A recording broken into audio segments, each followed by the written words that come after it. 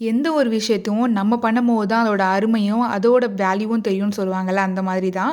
நெறைய விஷயம் வந்து பார்த்தோன்னாக்கா, இந்த லாஸ்ட் ஒரு 1 இயரா நானே எனக்கு தேவையானது எல்லாமே பண்ணிக்கிட்டேன்.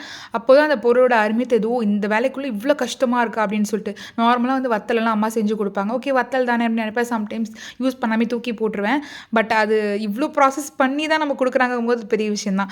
எஸ் நெறைய சுண்டைக்காய் காய்ச்சிருந்தேன் எங்க வீட்ல. ஸோ அம்மாட்ட ரெசிபி கேட்டுட்டு, சுண்டைக்காய்லாம் பறிச்சு, காம்பெல்லாம் நீக்கிட்டு, லைட்டா ஒரு வாஷ் பண்ணிட்டு, அதுக்கப்புறம் ஒரு எடி இடிச்சு ஹாட் வாட்டரில் சால்ட் சேர்த்துட்டு நல்லா கொஞ்சம் கலர் சேஞ்ச் ஆகிற வரைக்கும் வேக வச்சுட்டு சன்ட்ரை பண்ணிவிட்டு நெக்ஸ்ட் டே ஃபுல்லாக தயிர் போட்டு மேரினேட் பண்ணி திரும்பவும் காய வச்சு எடுக்கணும். இவ்வளோ ப்ராசஸ் இருக்குது.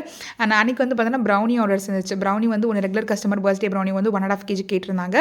இன்னொன்று வந்து பார்த்தீங்கன்னா என் பிரதர் கத்தார்லேருந்து என் சிஸ்டர் இன்லாவோட பர்த்டேக்காக வந்து அவரும் வந்து ஸ்பெஷலாக சர்ப்ரைசிங்காக ப்ரௌனி வந்து ஆர்டர் பண்ணியிருந்தார். ஸோ 2 ப்ரௌனியும் செஞ்சுட்டு ஒரு ப்ரௌனி டெலிவரி பண்ணிவிட்டு இன்னொரு ப்ரௌனி எடுத்து நேராக அம்மா வீட்டுக்கு வந்து போயிட்டேன். இப்போ நல்லா கொஞ்சம் மழை பெஞ்சிட்டே இருக்கியா, கிளைமேட் ரொம்ப சூப்பராக இருக்குது. எனக்கு இந்த மாதிரி கிளைமேட் ரொம்ப பிடிக்கும். மழை காலம்னா யாருக்கு தான் பிடிக்காது. ஸோ அன்றைக்கி லஞ்ச் நல்லா சுட சுட வந்து சிக்கன் கறி கீ ரைஸ்ன்னு சொல்லிட்டு செம்மையாக சாப்பிட்டோம். சாப்பிட்டு முடிச்சுட்டு எங்கள் செல்லக்குட்டி தசீமோட கொஞ்ச நேரம் வந்து ப்ளே பண்ணிட்டு இருந்தேன். அதுக்கப்புறம் ஃபைஸினும் வந்து பார்த்தோன்னாக்கா ஸ்கூல் விட்டு வந்துட்டார். வந்ததுக்கப்புறம் ஈவினிங் வந்து ப்ரௌனி எல்லாம் கட் பண்ணி சூப்பராக வந்து பர்த்டே வந்து செலிப்ரேட் பண்ணோம்.